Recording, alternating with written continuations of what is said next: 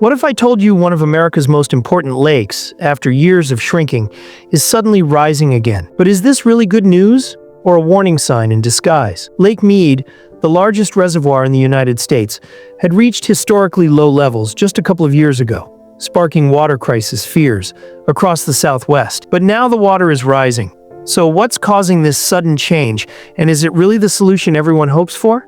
Welcome to History X Videos. Lake Mead is part of the Colorado River system, created by the Hoover Dam back in the 1930s. It supplies water to over 40 million people across 7 U.S. states and parts of Mexico. But for over 2 decades, the lake has been shrinking due to prolonged drought, overconsumption, and climate change. By 2022, it had dropped to its lowest level since its creation. So low that sunken boats, human remains, and lost towns started resurfacing. It was a dramatic sign of how bad the Western megadrought had become. In 2023 and 2024, Lake Mead saw a significant rise in water levels, something not seen in years. So what changed? First, the biggest factor was record-breaking snowpack in the Rocky Mountains, especially in Colorado and Wyoming. When spring arrived, all that snow melted and flowed into the Colorado Reef, eventually reaching Lake Mead. Second, conservation efforts finally started showing results. States like California, Arizona, and Nevada agreed to cut their water usage under federal pressure. Third, slightly cooler weather patterns and increased rainfall helped slow the evaporation rates, giving the lake a temporary boost. But is that the full picture? While the rise in Lake Mead looks promising, it might not last.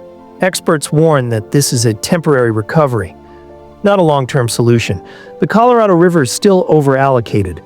Demand continues to exceed supply, and the effects of climate change haven't gone anywhere. The snowpack was a one-time weather event, not a trend. If next year's snow is below average, we're right back to shrinking levels. Meanwhile, Western states still argue over water rights, and there's no long-term agreement in place that guarantees reductions.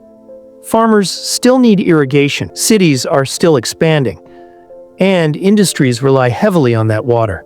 And then there's the real elephant in the room: climate change. Rising temperatures act like a giant straw over Lake Mead, pulling water out faster than it can be replaced.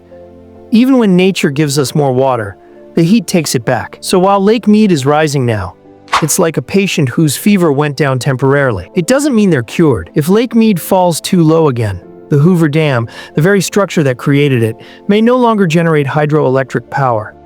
That means millions of homes and businesses across Nevada, Arizona, and California could face rolling blackouts, skyrocketing electricity costs, and even complete power shortages. And it wouldn't just be about electricity. A drop below critical levels would also disrupt water delivery to farms that supply food across the U.S., turning a local crisis into a national one. Lake Mead's rising waters offer hope, but also highlight how fragile our water system really is.